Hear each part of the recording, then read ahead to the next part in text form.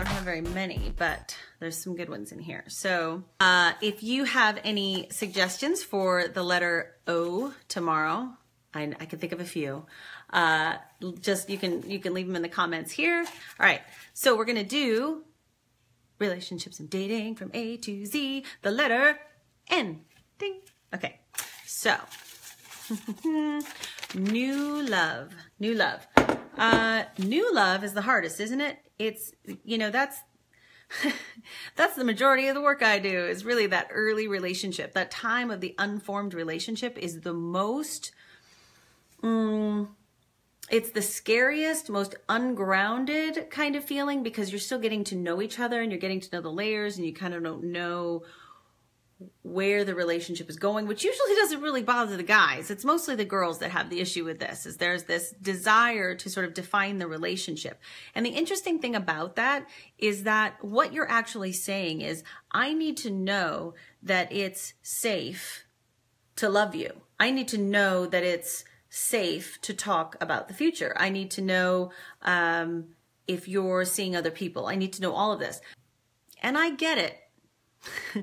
But at the same time, when you've known somebody like less than 3 months, if you can come from a place of just appreciating them for who they are, getting to know the layers of them, understanding that you could uncover a layer that you're not really crazy about and that might not make them a good life partner. Again, there's a difference between loving somebody and having them be a life partner. So when you're getting to know somebody in the first 3 months, it's great when you keep uncovering the layers and the news is good and you still like who they are, but it's not really their fault if you uncover a layer that you don't like. That's actually something that you need to honor in yourself and own in yourself, and know that, okay, so I've invested, I've given this person a couple months, but really what I'm finding is that I don't really like this layer and they're probably not a good life partner for me.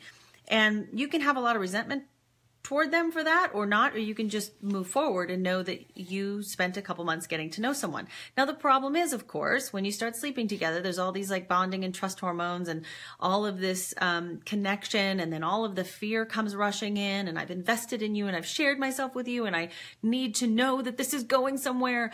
And that is the loving from fear. That's that fear energy that really just scares the shit out of people. And it should, right? You can't ask somebody to give you guarantees and to be your whole world when you've just known them for a couple of months and you're getting to know each other. I don't care if you're sleeping together or not. That's a decision that you have to make, and you have to decide that you are capable of handling that and still getting to know somebody and still being able to honor the fact that one of you might not be a good life partner for the other one. If that's what you're looking for, then you have a few things that you're assessing. And in that first few months, all you can really assess is, do I like who this person is? Do I like how they operate in the world? Do I like how they treat me? Do I like how they communicate?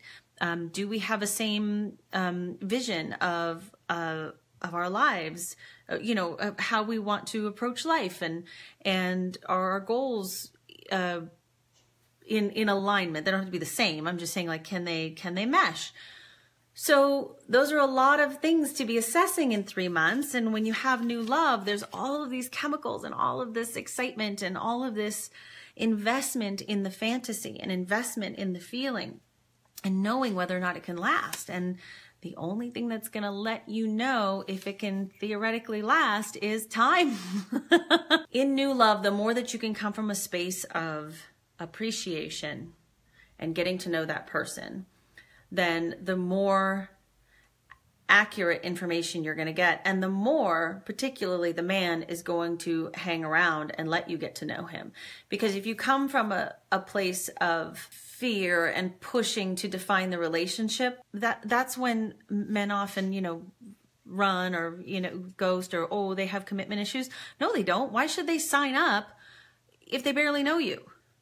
I know you're like, but they do know me. We've been sleeping together for 2 months. That doesn't mean you know each other. Taking yourself off the market, deciding that you're going to be moving forward in a relationship is a really big decision, and it should be as big a decision for you as it is for a man. So new love gets, you know, you've got to honor the fact that there's a lot of chemistry and chemicals and excitement and adrenaline in it. And just acknowledging that will help you see it more clearly for what it is. All right. I hope that wasn't like too negative, but seriously, people. Okay, nurturing. Nurturing, I think is kind of, it's both giving and allowing. It's nurturing, taking care, protecting, and it's also an energy of encouraging and allowing growth, right? So nurturing, I feel like I struggle with this word and whether it's like a masculine energy or a feminine energy, but I think it's really part of both, the healthy masculine and the healthy feminine. And I think that both partners need to practice being nurturing and in both ways. Allowing themselves to receive that as well. Sometimes we find all of our identity in nurturing, right? And then we forget to let somebody do that for us as well. So nurturing, very important, loving quality. Negativity. Well, negativity is exhausting, isn't it? I mean, it doesn't, whether we're talking love relationships or not, right? If you have friendships, work relationships, where there's just a lot of negativity and a lot of focus on what's not working and glass half empty and all of that, negativity can be really exhausting and really draining. It's also can be really addictive because we tend to like to bond with each other over negativity. I mean, think about it. If somebody comes to you and they say, oh my God, I had the worst day last night, you're not going to believe it. You're like, oh, tell me all about it. And you want to bond over that. If somebody says, oh my God, I had the best date last night, sometimes you're like, oh, yay for you. That's awesome. So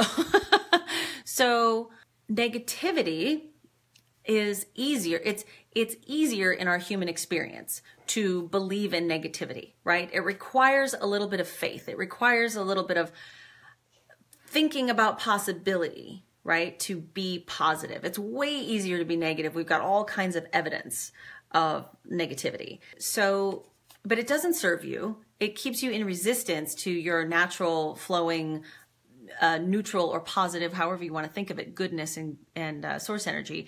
And so negativity sort of breeds itself. And it's really no fun in a relationship, is it? It's just no fun. And again, like how much fun are you to live with? So I think it's really important not to just have a false like Pollyanna thing going on, but to really try to make the best of it, to look at things from the perspective of, what's good about this. And then that breeds itself too. That's what's great, is that both work. So, okay. Nice guys. Why don't I like them? Okay. Before you pathologize yourself, okay, and say, I just don't like nice guys, I want to say this, that nice is baseline, okay? Just because somebody's not an asshole doesn't mean that you owe them a relationship, okay? Or that there's something wrong with you for not being attracted to them, especially if they're not your physical type or you don't really like their personality, even though they're nice, okay? I went out with a lot of nice guys when I was dating on Match. In fact, I think I'm kind of a nice guy magnet. And there were a couple that I was like, my God, he's so nice. I just wish I could be attracted to him. Well, it turns out, as I got really clear about what I really wanted, I found what I wanted, and nice is not even the beginning. I mean, nice is just such an understatement, right? So, and I would say this to men too. Nice is baseline. Okay. We don't want to get we don't give out medals for being nice. And that's just really how we should operate in the world, with kindness. And so, but again, that doesn't make a life partner. That doesn't make, somebody that you necessarily want to travel with and make love with and plan parties with and share birthdays with and, all of those things. Remember, we're talking about not just a placeholder.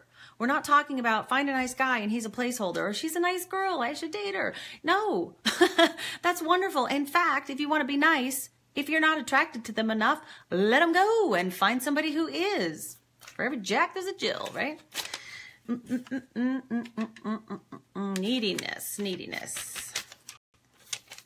I think we had this conversation when it was about insecurity.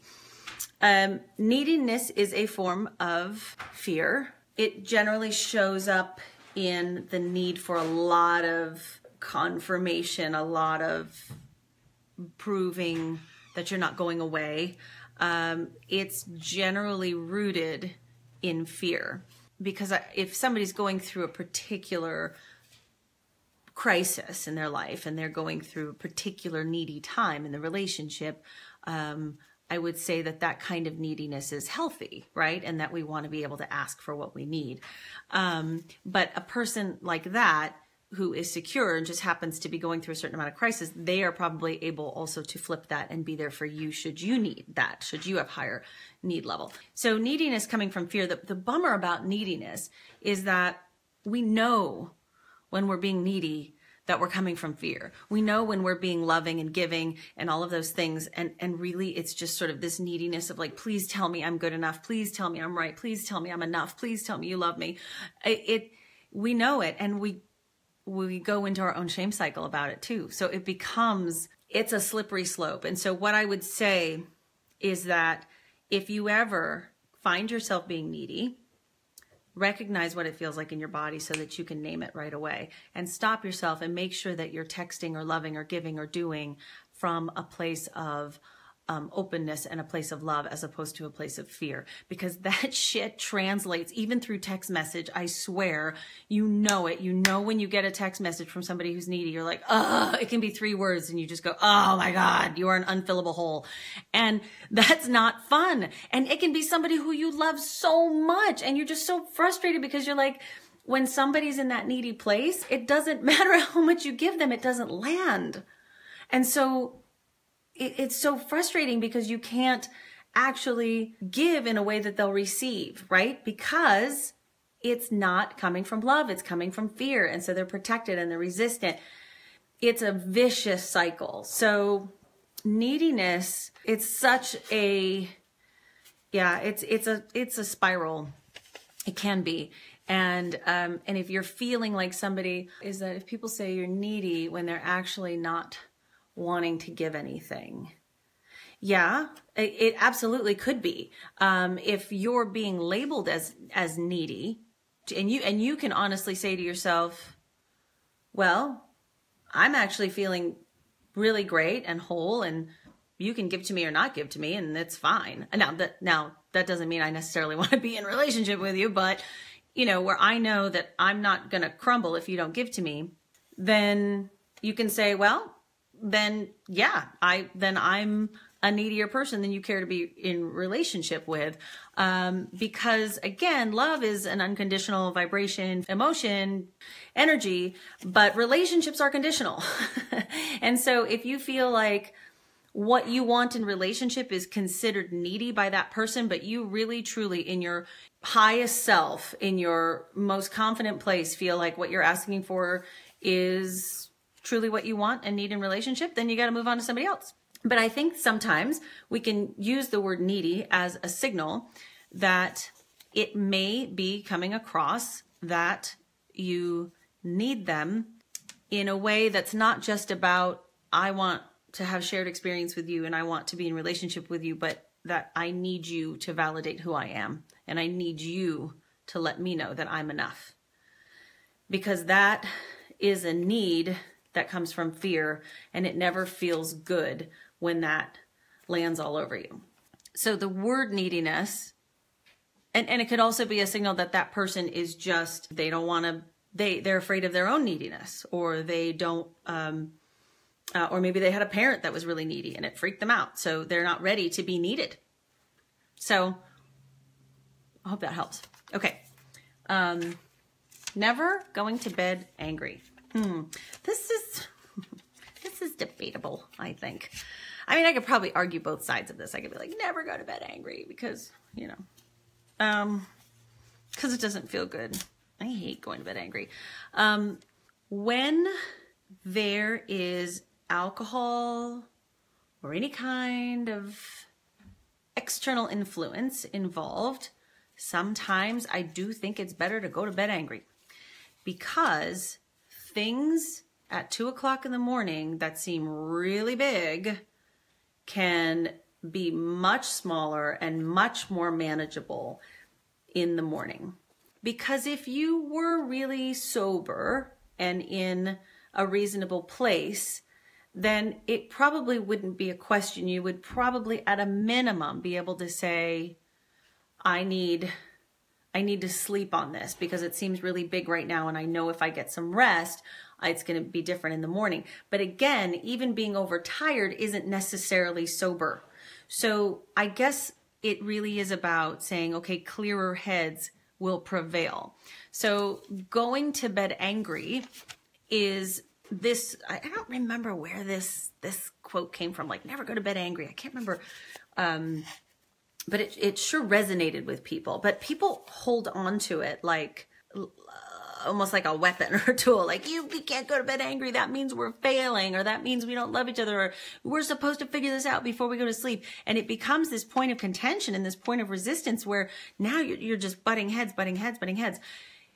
Yes, you are allowed to go to bed angry, because guess what? You can still love someone that you're angry with. And I think that that's the hardest thing to remember. And I think that that's what this ideal perpetuated, is this sort of like, well, we're not going to love each other in the morning if we go to bed angry.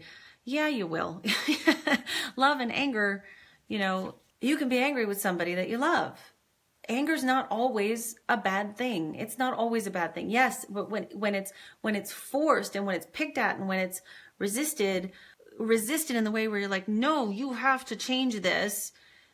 Well, then it grows. It grows, and that that's what do they say? Poking the bear, kind of.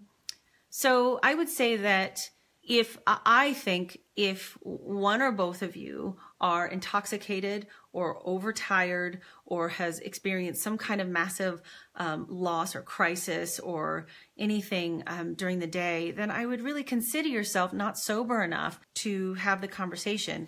At least at a minimum, like, let each other go for a walk, give each other some room, and understand that everybody is entitled or capable of misunderstanding and having some emotions around it, and anger doesn't mean that you don't love each other, but it really needs to be handled with a certain amount of sobriety.